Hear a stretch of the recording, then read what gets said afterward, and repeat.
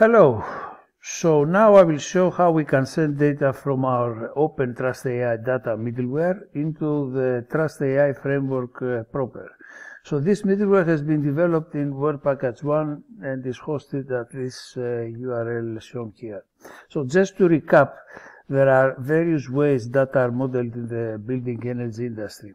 So the purpose of this middleware is for third parties to be able to transfer any type of data, regardless the way this is structured, as long as the third party implements the open source API offered by this middleware. It is in this way that we have also ourselves exported our data from our commercial platform, the one we actually use for the data collection, into this environment.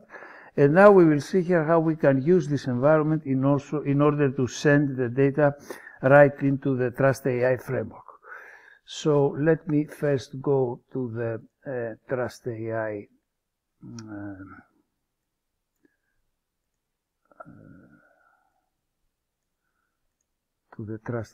environment. As you can see here under the specific project, there are no data sets at all. So let me log now into our middleware here, my Google account. So I can go to this specific building, which is the building which we have sourced the data from.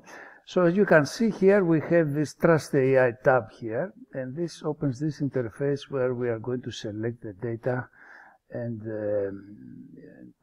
also the time frame that is of interest to us, and have this sent over to the framework. So I can select, for example, the electricity data. These are the winter data that we use for modeling for the winter models. So they are from January to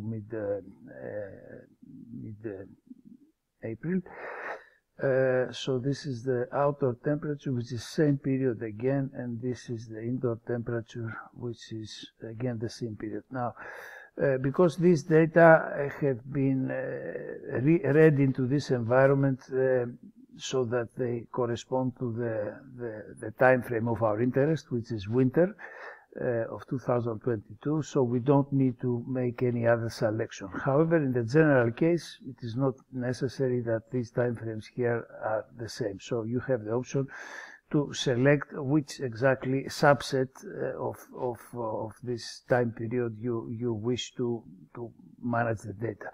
So in the background, these data are going to be aggregated within 1 hour time buckets. The timestamp is going to be included in the data set, and by just pressing this button here,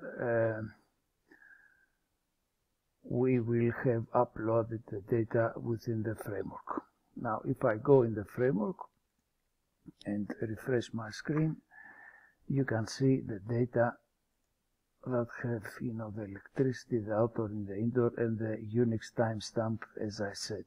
Now, for those who might have checked with the previous screencast, in the previous screencast, we also had the option to filter data so that we could restrict the timestamp to specific, let's say, work hours of the day.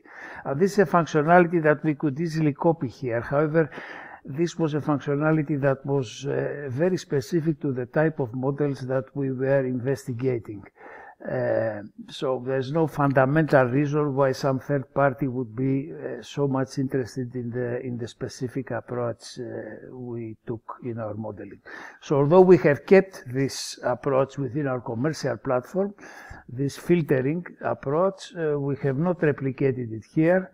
The reason being that, as I said, it is too much specific to the type of modeling we have been using, and we also plan to integrate within the commercial suite.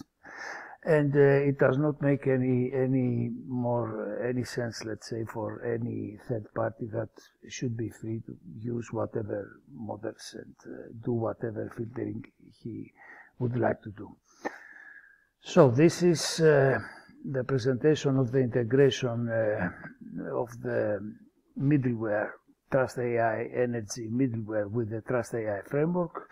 And obviously this is an important part of the overall open source TrustAI energy solution that we are looking forward to let's say to make public and to disseminate in the broader community.